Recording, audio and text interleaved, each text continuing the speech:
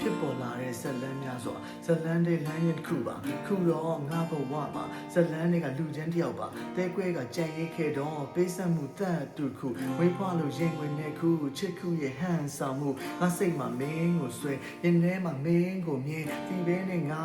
အသေးချင်မိခဲ့စဉ်းစားမှုကြုံရလမ်းမရှိဒီလိုမျိုးအချိန်တွေလေရင်ခုန်တာမင်းကိုပဲချစ်တဲ့ရင်ကောင်းပါပဲမိဘများရဲ့သဘောထားကိုအလေးနဲ့လိုက်နာခဲ့သူပါအခုရလက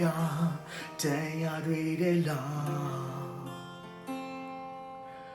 ငါတို့မဟုတ်တဲ့ချဲတစ်ခုက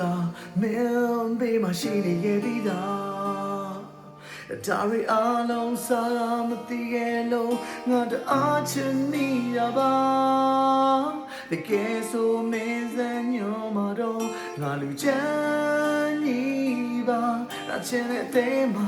အချစ်ကပေးတဲ့တရားများငါမင်းတို့စိတ်ခွန်းတော့ပြချင်ပေမဲ့အိမ်မဆိုးနဲ့ချောင်းနဲ့နေရတွေမဟုတ်လေမင်းတို့မကတမချစ်ကချစ်ဖြစ်တဲ့နဆိုဒီမှာတဲ့ဝင်များချိုးရှုပ်ခဲ့လို့ဇန်နာလေးချင်းဆိုနေတဲ့လုံးသားကွယ်ချင်ရင်ကို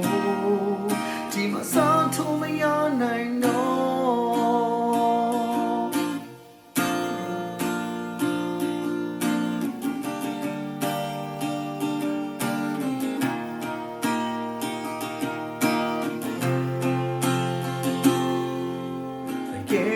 မင်းစံညွန်မှာတော့ငါလူချမ်းနေ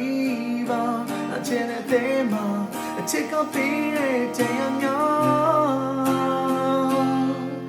ငါမင်းတို့စိတ်ခွန်းတော့ပြချင်ပေမဲ့အိမ်မဆိုးနဲ့ချောင်းနဲ့နေရတွေမဟုတ်နဲ့ဒီလိုမှမတတ်မချစ်ကချစ်တဲ့နဆို